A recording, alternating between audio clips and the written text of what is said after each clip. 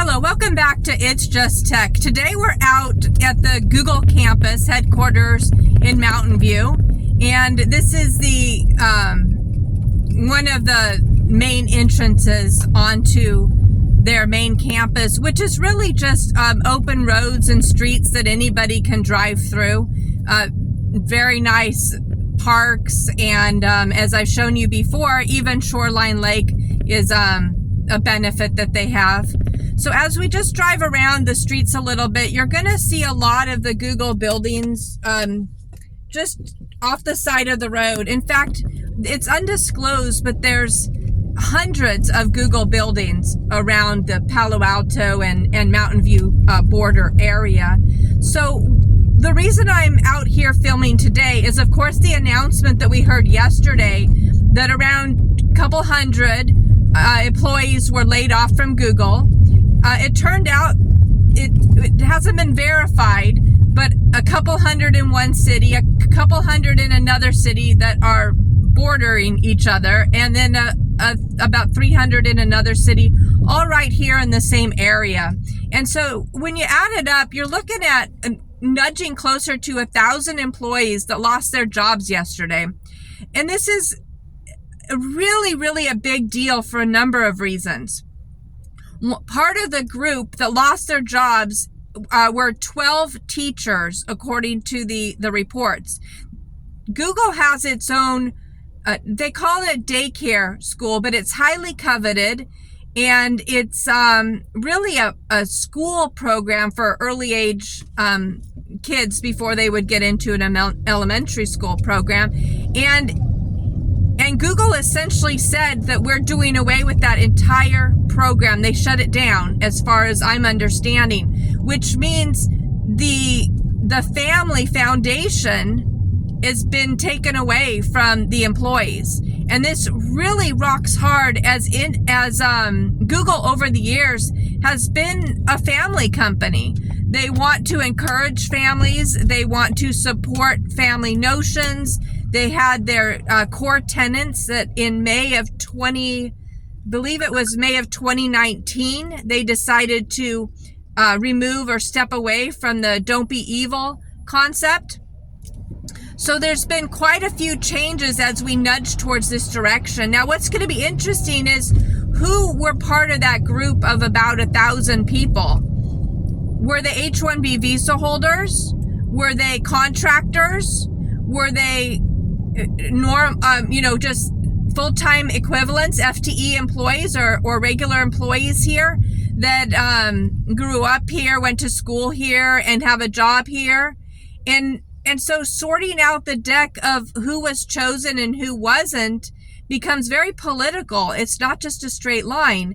And so this is why when the union stepped forward, Alphabet Workers Union, which of course Alphabet is Google's parent company, and stated that the layoffs were unnecessary. At first, you and I would pause and say, hey, wait a minute. Why does somebody outside of a private company get to say whether or not layoffs are necessary or not? But of course, the union is here to protect the employees. And whether or not we believe in unions, we believe that that would be their stance to protect those jobs as much as possible. But it's very interesting that they stated they were not necessary and what they might have deemed as necessary. So as we kind of drive along the campus a little bit and look around, they've had a lot of construction going on all through the past prior years. And they opened up their new Plex over there on the right. You can see some of their figures. And it looks like this entire area is being redone again. If we can see that. And I don't know how far we're going to get here. But in front of us there, and it'll be to the left, we can see the amphitheater building, or their new Googleplex that they built as well. And then as we turn the car around, we're going to see the bike over there on the left. Let me see if I can aim this a little better. And yeah, it is going to have me turn around here. And you can see the parks over the hills there. Just a minute. So I'm going to make a U-turn here. But as I make my U-turn, you can see the old Googleplex building, which houses a slide, game center, lots of different restaurants that were absolutely free to any employee or their guest, sleeping pods if you needed to either take a nap or stay longer, showers. It really more like a university campus and set up for everybody. And this world that we've known is really about to change as they move more into this next realm of what the web is going to be. Now we know that 2023 we learned a lot about AI replacing a lot of the roles, but AI didn't replace those 12 teachers. AI is not going to be a substitute for those children who were within the daycare program. So as we look around and see what's going to come out in 2024, I think it's going to be very interesting at best. Now, let's see if we can take you over to Google here. It looked like the sign was down when we came this way, but I'll see if we can get over there as well. I wanted to comment a little bit more about the layoff process.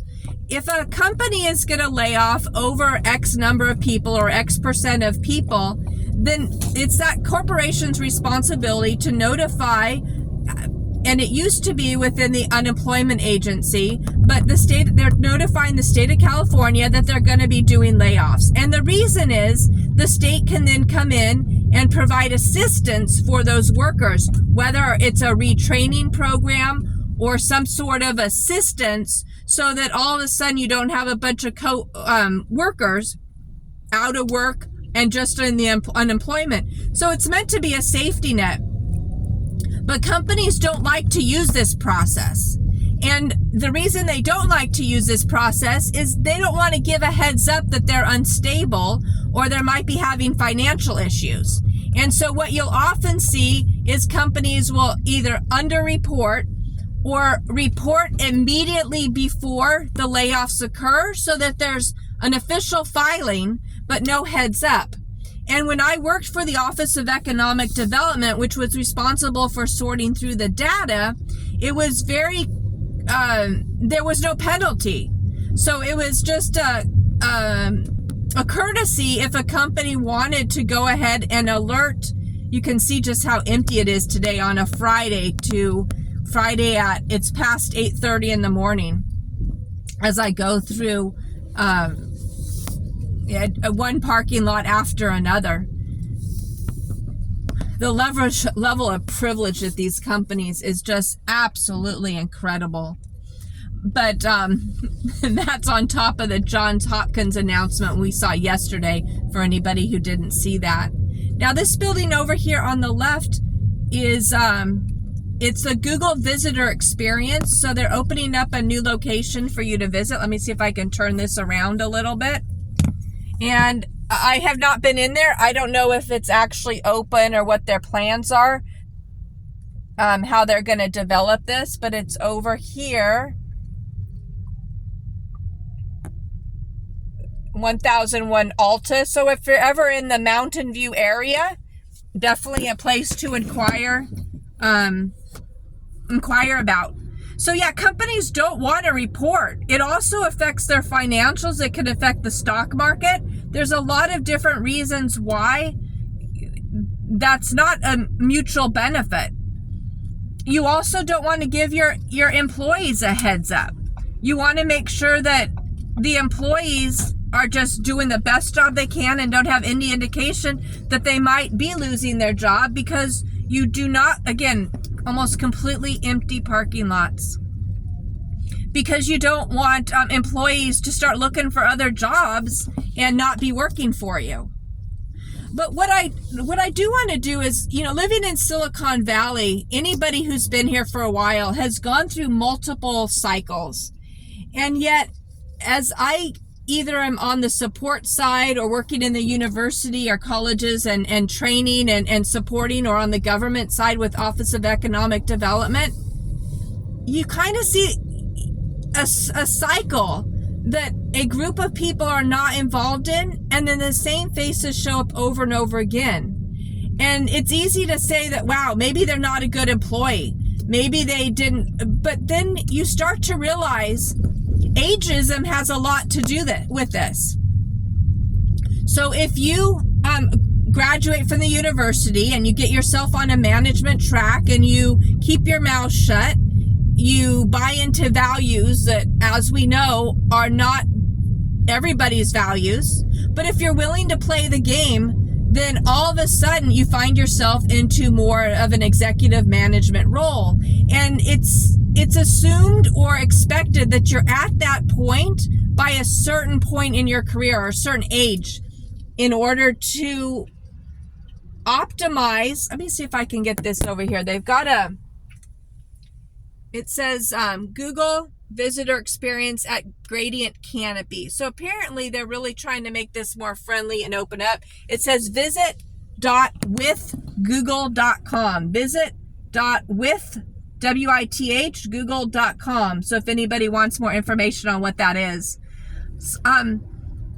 But yeah, what I was saying is, as we go through the process, we see that the same individuals keep getting churned.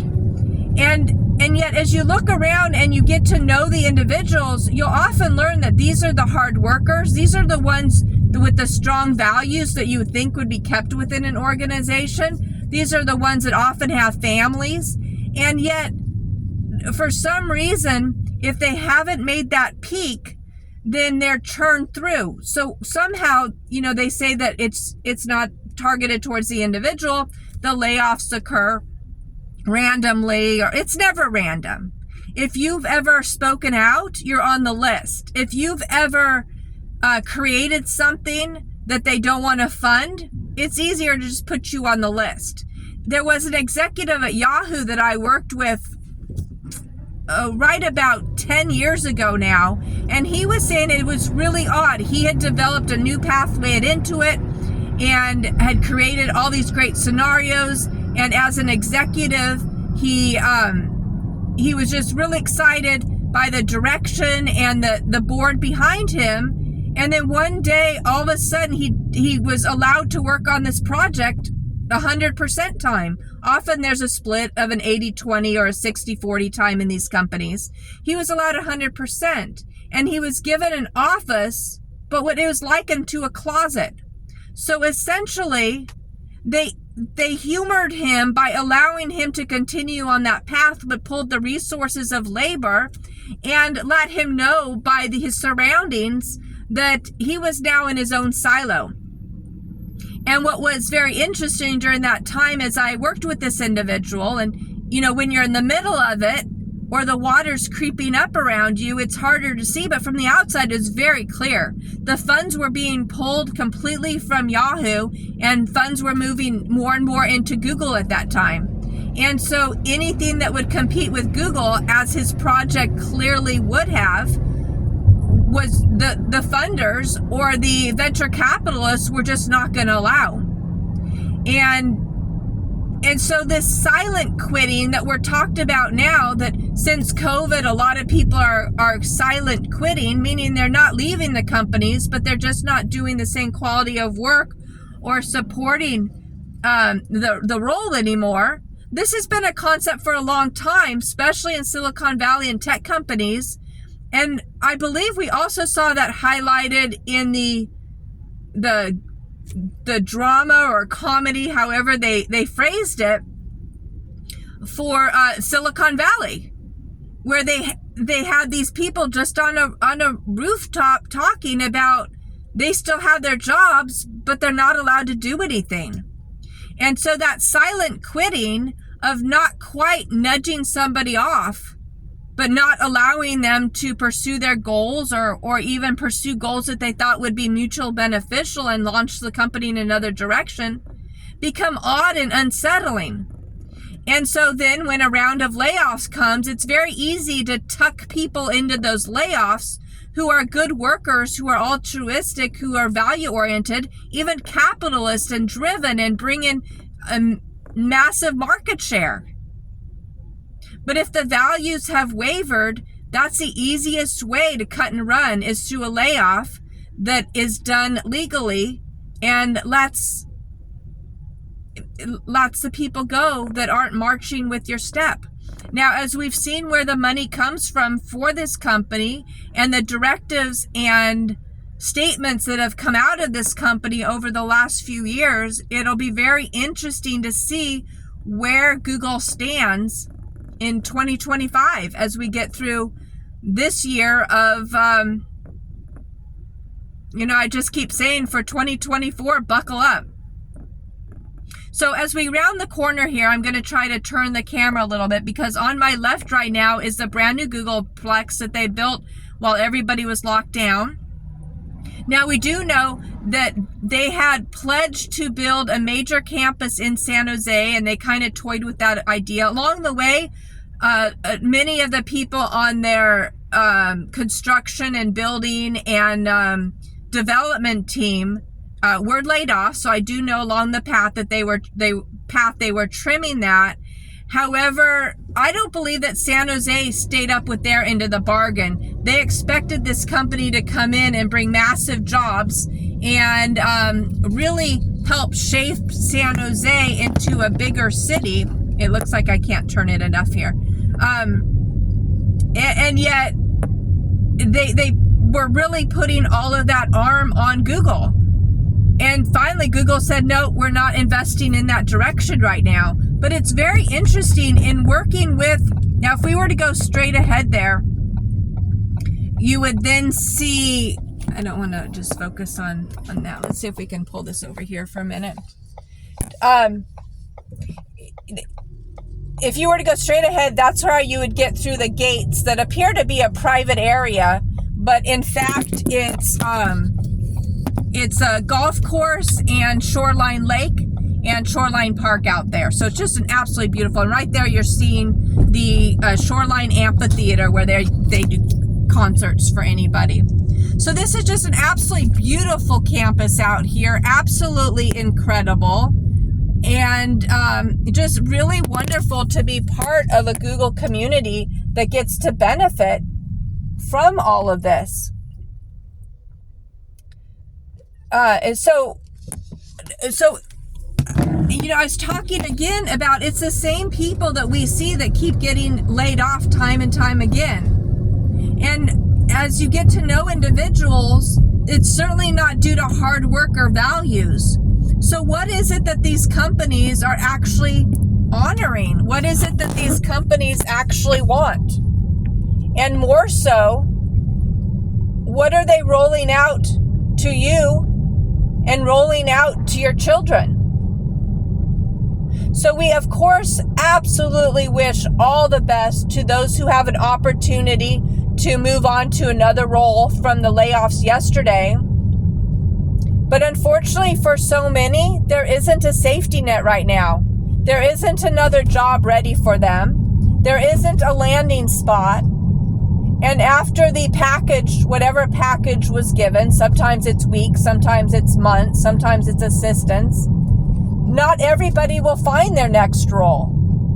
And then the PTSD starts to set in. Any kind of a post-traumatic stress of not being able to have income. We see that the family structure starts to break down. Right up there you can see is the entrance to 101 freeway. And you see people getting frustrated easier.